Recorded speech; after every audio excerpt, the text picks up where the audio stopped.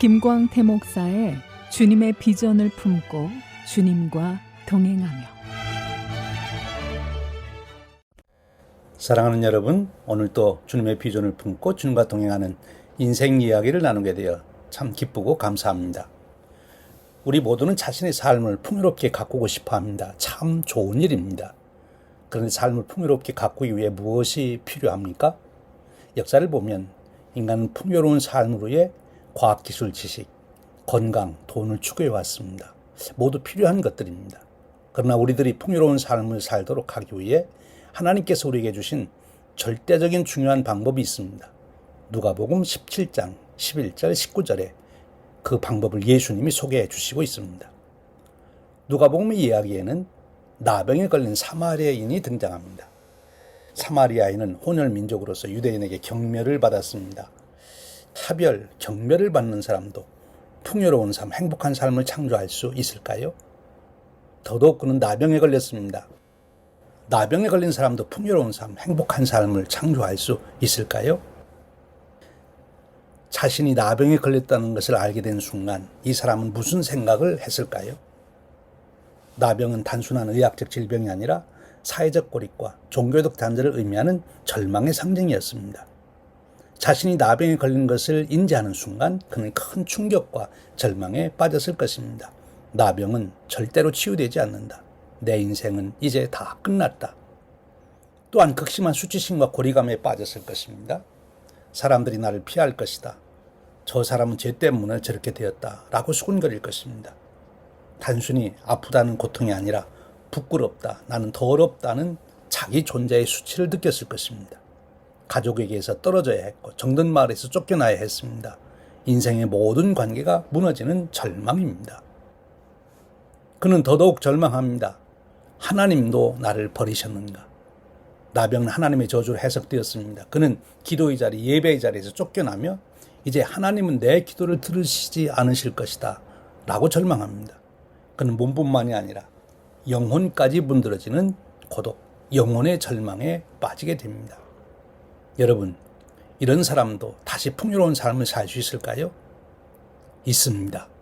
바로 하나님의 은혜입니다. 이 사람에게 예수님이 찾아오신 것입니다. 그리고 그가 예수님을 만났습니다. 여기 만났다는 표현은 우연한 마주침이 아니라 의도적으로 다가온 예수님을 맞이했다는 것입니다. 예수님을 영접, 환영했습니다. 가까이 갈 수 없지만 멀리서 예수님을 알아보고 부르짖습니다. 예수 선생님, 불쌍히 여기소서.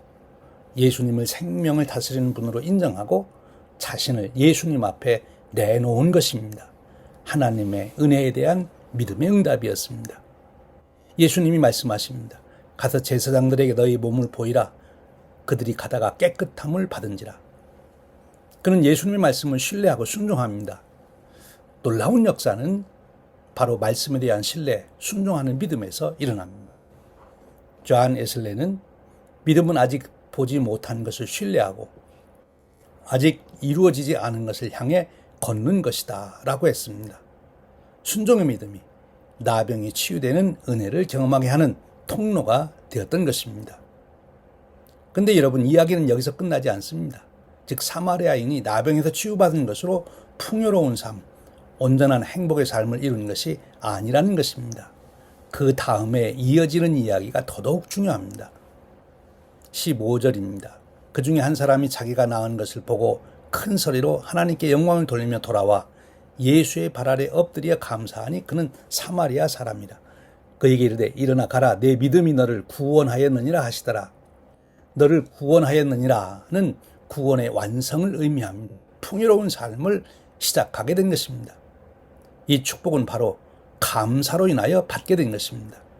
자기의 낳은 것을 보고 은혜의 자각입니다. 그리고 하나님께 영광을 돌리며 예수의 발 아래 엎드려 감사하니, 여기 엎드린다는 예배적 표현으로 예수님을 단순한 치유자가 아니라 하나님으로 인식한 신앙의 고백입니다. 즉 예수님께 감사하는 행위가 하나님께 영광을 돌리는 예배 행위가 됩니다. 루터는 감사는 믿음의 열매이며 감사가 없는 믿음은 죽은 믿음이다 라고 했습니다. 감사는 은혜를 붙드는 살아있는 믿음의 외적 표시입니다. 존 웨슬리 목사님은 감사는 성화를 향한 내적 증거라고 했습니다. 즉 감사는 은혜가 마음 안에서 역사하여 거룩으로 나가는 징표라고 했습니다. 주님은 감사하는 사마리아인에게 내 믿음이 너를 구원하였다라고 선언합니다. 10명이 은혜를 받았으나 한 사람만 은혜의 근원을 인식하고 감사함으로써 단순한 치유를 넘어 하나님과의 관계 회복, 온전한 구원의 은혜를 이루게 됩니다. 사랑하는 여러분, 이 풍요로운 가을에 받은 복을 헤아려 보며 은혜를 깨닫고 감사함으로 온전한 풍성한 삶, 성화의 은혜를 누리면 참 좋겠습니다. 지금까지 시카고 한인 제일감리교회를 담임하시는 김광태 목사의 주님의 비전을 품고 주님과 동행하며였습니다.